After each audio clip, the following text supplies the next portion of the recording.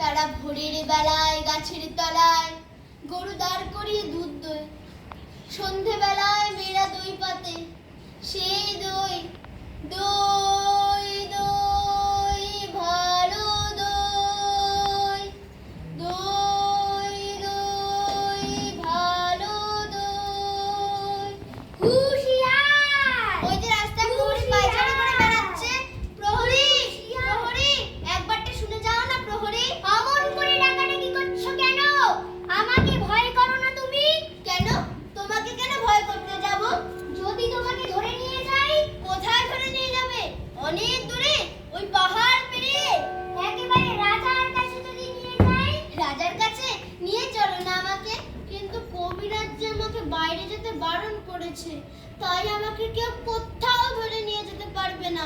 আমাকে দিনরাত্রি এখানেই বসে থাকতে হবে। কবিরাজ বারণ করেছে? আহা, তাই বটে। তোমার মুখটা যেন সাদা হয়ে গেছে, চোখের কোণে কালি পড়েছে। বাবা, তোমার হাত দুখানিতে শিরগুলি দেখা যাচ্ছে। তুমি ঘন্টা বাজাবে না প্রহরী? এখনো সময় হয়নি। কেউ বলে সময় বয়ে যাচ্ছে, কেউ বলে সময় হয়নি। আচ্ছা, তুমি ঘন্টা বাজিয়ে দিলেই তো সময় হয়ে যাবে। সে কি হয়? সময় হলে তবেই কি আমি ঘন্টা বাজিয়ে দিই। বেশ লাগে তোমার ঘন্টা, আমার শুনতে ভারী ভালো লাগে। দুপুরবেলায় যখন আমাদের সকলেরই খাওয়া হয়ে যায়, পিসে মশাই কোথায় কাজ করতে বেরিয়ে যান এবং পিসিমা রামায়ণ পড়তে পড়তে ঘুমিয়ে পড়েন, এবং আমাদের বাড়ির ওই কুদে কুকুরটা উঠোনের এক কোনায় লেজের মধ্যে মুখ গুজে ঘুমাতে থাকে, তখন তোমার সেই ঘন্টা বাজে ঢং ঢং ঢং ঢং ঢং ঢং। আচ্ছা প্রহরী, তোমার ঘন্টা কেন বাজে? ঘন্টার কথা সবাইকে বলে দেয় যে সময় বসে নেই, সময় কেবলই চলে যাচ্ছে। কোথায় চলে যাচ্ছে? কোন দেশে? সে কথা কেউ জানে না বাবা। সে দেশের কথা কেউ জানে না? সে দেশ বুঝি কেউ দেখে আসেনি? আমার না ভারী ইচ্ছে করছে ওই সময়ের সঙ্গে চলে যাই সেই দেশে, যে দেশের কথা কেউ জানে না, যে দেশ কেউ দেখে আসেনি, সে অনেক দূরে। সে দেশে সবাইকেই যেতে হবে বাবা। আমাকেও যেতে হবে? হবে বই কি? কিন্তু আমাকে যে কবিরাজ বাইরে যেতে বারণ করেছে। কোনোদিন কবিরাজি হয়তো স্বয়ং হাত ধরে নিয়ে যাবেন। না না, তুমি জানো না, সে কেবলই ধরে রেখে দেয়। তার চেয়ে ভালো কবিরাজ যিনি আছেন, তিনি এসে ছেড়ে দিয়ে যান।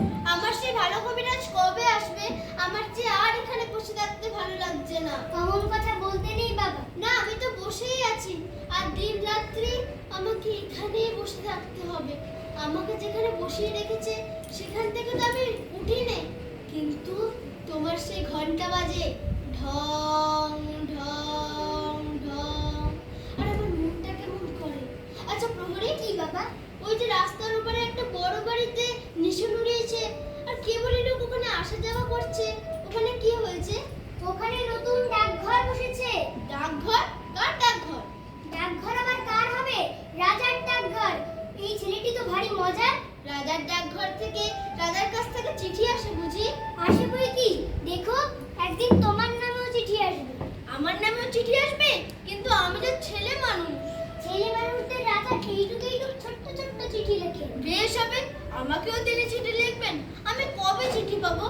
আচ্ছা, আমাকে যে তিনি চিঠি লিখবেন সেটা তুমি কেমন করে জানলে? নইলে ঠিক তোমার এই খোলা জানলাটার সামনে কত বড় একটা সোনালী রঙের নিশান উড়িয়ে ডাকঘর খুলতে যাবেন কেন? এই ছেলেটিকে আমার বেশ লাগছে। আচ্ছা, আমার নামে যদি রাজার কাছে চিঠি আসে, তাহলে আমাকে কে এনে দেবে? রাজার যে অনেক ডাকঘর করা আছে, দেখোনি? মুখে গোল গোল সোনার তকমা করে তারা ঘুরে বেড়ায়। কোথায় ঘুরে তারা? ঘরে ঘরে, দেশে দেশে। এই ছেলেটার প্রশ্ন শুনলে হাসি পায়। আমি বড় হলে রাজার ডাক খড়খড়া হবো। হ্যাঁ, ডাকঘর করা সেবারই মস্ত কাজ। রোদ নেই, বৃষ্টি নেই, গরিব নেই, বড় মানুষ নেই, সকলের ঘরে ঘরে চিঠিপিনি করে বেড়ানো সেবারই জবর কাজ। না না, তুমি হাসছো কেন? ওই কাজটি আমার সবচেয়ে ভালো লাগে। না না, তোমার কাজটাও ভালো লাগে। দুপুরবেলায় যখন রোদ্দুর ঝাঁঝা করে, তখন তোমার ঘন্টা বাজে ঢং ঢং ঢং। আবার এক এক সময় রাত্রিবেলা বিছানায় ঘুম থেকে উঠে দেখি ঘরের প্রদীপটা নিভে গেছে, তখন বাইরের